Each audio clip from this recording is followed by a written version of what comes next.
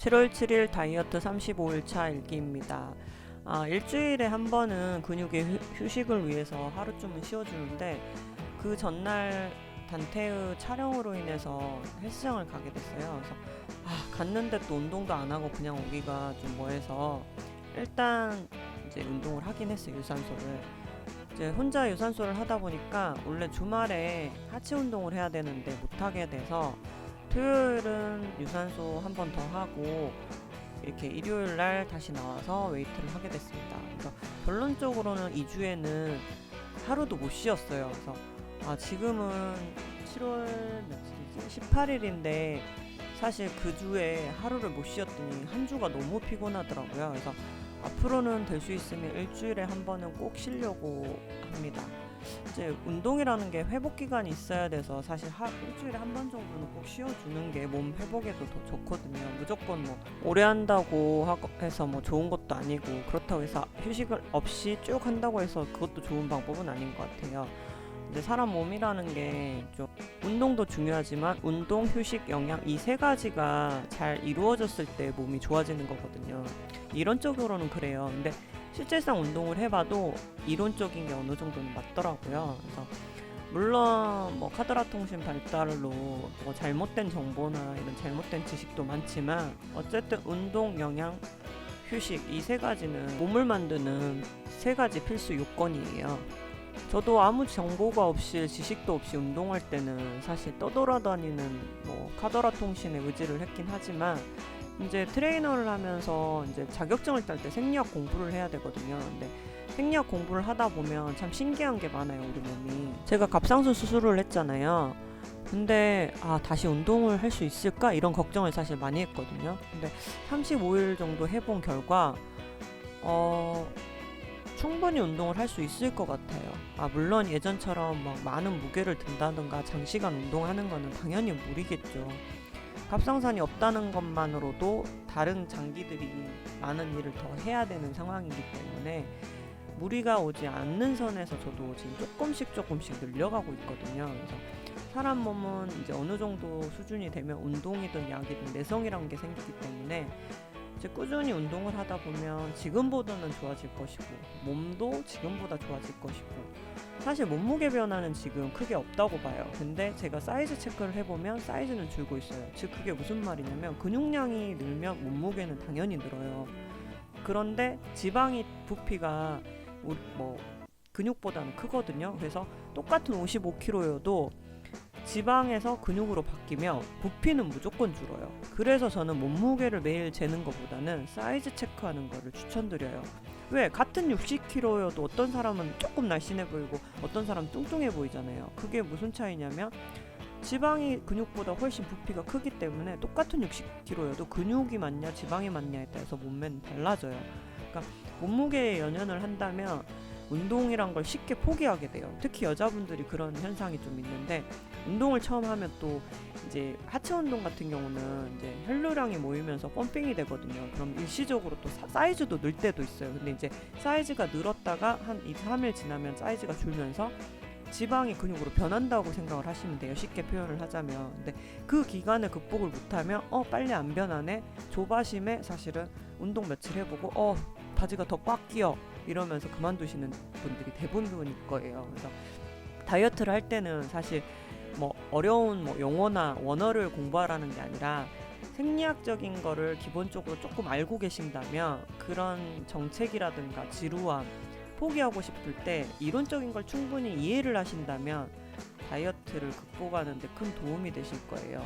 사실 카드라 통신이라고 해도 개중에는 유튜브 하시는 분들 중에는 전문 트레이너들도 많고 트레이너 일을 하고 있진 않지만 취미로 트레이너 자격증을 따시거나 생리학 공부를 하신다던가 이런 분들이 많기 때문에 굳이 전문 도서, 전문 원어로 된 그 전문 도서를 보지 않아도 충분히 유튜브나 이런 걸로 통해서 기본적인 지식은 습득할 수가 있어요. 그러니까 무작정 따라하는 것보다 이론적인 거를 약간은 공부를 해두시면 본인 스스로가 의지가 굳건히 포기하지 않고 끝까지 갈 수 있지 않을까 저는 그런 생각을 해요. 그래서 제가 뭘 시키거나 어떤 상황들을 변화를 줄 때는 단테한테 항상 설명을 해줘요.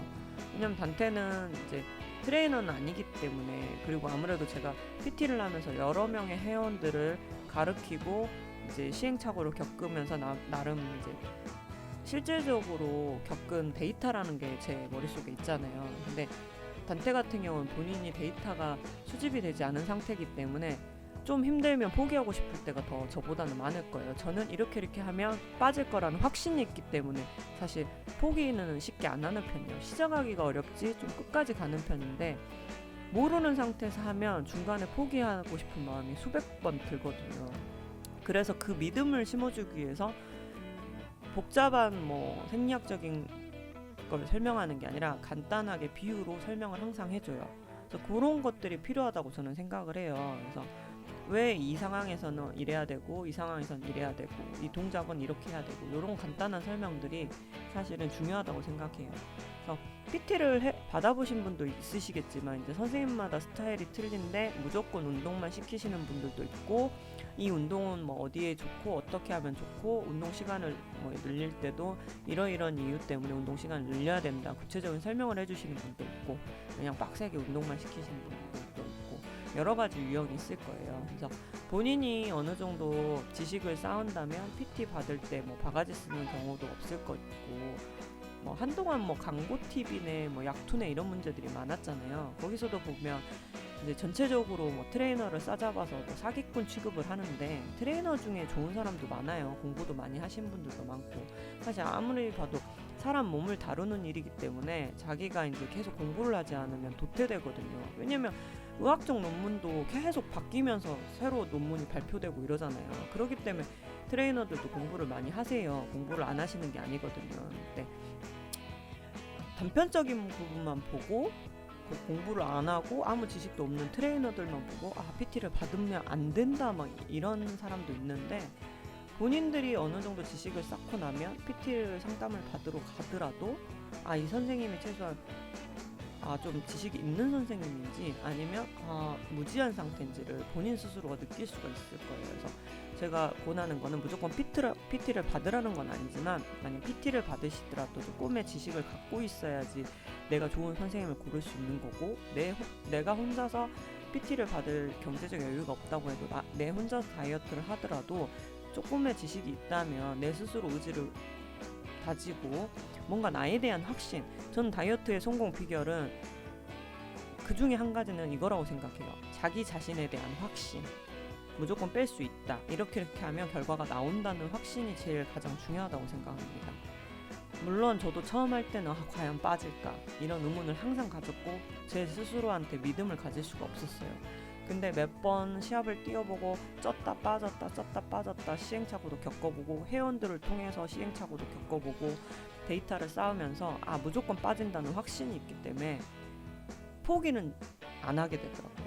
그래서 제가 꼭 드리고 싶을 말씀은, 물론 고도비만이신 분들은 처음 운동하면 관절도 아프고 여기저기 쑤시고 이런 현상들이 있어요. 그리고 오히려 처음에 운동을 하고 여기저기 아프니까 포기를 하게 돼요. 근데 거기서부터 문제가 또 발생하는 거예요.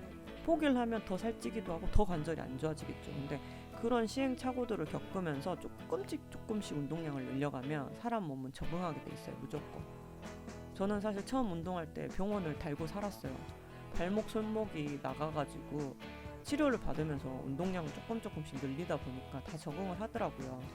물론 이제 아예 뭐 인대가 끊어지거나 뭐 힘줄이 끊어진 상태에서 운동을 못하죠. 근데 그 정도가 아니라면 살살 늘리시고, 운동 방법도 여러 가지가 있기 때문에 밴드라든가 이런 걸 이용한다면 꾸준히 운동하는 데 도움이 되실 거예요. 뭐 이 일기가 누군가한테 도움이 될지 안 될지는 모르겠지만 잔소리처럼 들릴 수도 있겠지만, 일단은 제가 어쨌든 암 수술을 한 환자잖아요. 그런데도 뭔가 결과를 내고 변하는 모습을 보여줘서 나 같은 사람도 하는데 누구나 할 수 있다는 걸 좀 보여주고 싶고, 뭔가 희망적인 메시지를 주고 싶어서 시작한 건데, 뭐부터 어떻게 설명해야 될지 모르겠어요. 그래서 혹시라도 궁금한 사항이 있거나 뭐 제가 뭐 자세를 틀리게 한다든가, 힘들다 보면 지식적으로는 알고 있지만 저도 모르게 자세가 틀어질 수가 있거든요. 허심탄회하게 댓글을 달아주시면 그거에 대한 답변을 친절하게 해드리겠습니다. 뭐 일요일 날은 하체 운동을 했기 때문에 제가 먹고 싶은 걸 먹자 해가지고 그날 피자랑 파스타를 먹었어요. 그래서 일주일에 한 번 정도는 좀 다이어트 금기 음식을 그냥 치팅데이로 활용하기도 해요. 근데 이제 그냥 무조건 먹진 않고 하체 운동 같은 고강도 운동을 한 다음에 먹고 싶은 걸 먹는 편이거든요. 아무래도 살이 덜 찌는 방법 중에 하나겠죠. 이런 식으로 사소한 거 하나에도 신경을 쓴다면 일단 어제보다는 오늘이 나은 몸매가 되지 않을까 생각합니다. 내일 또 뵙겠습니다.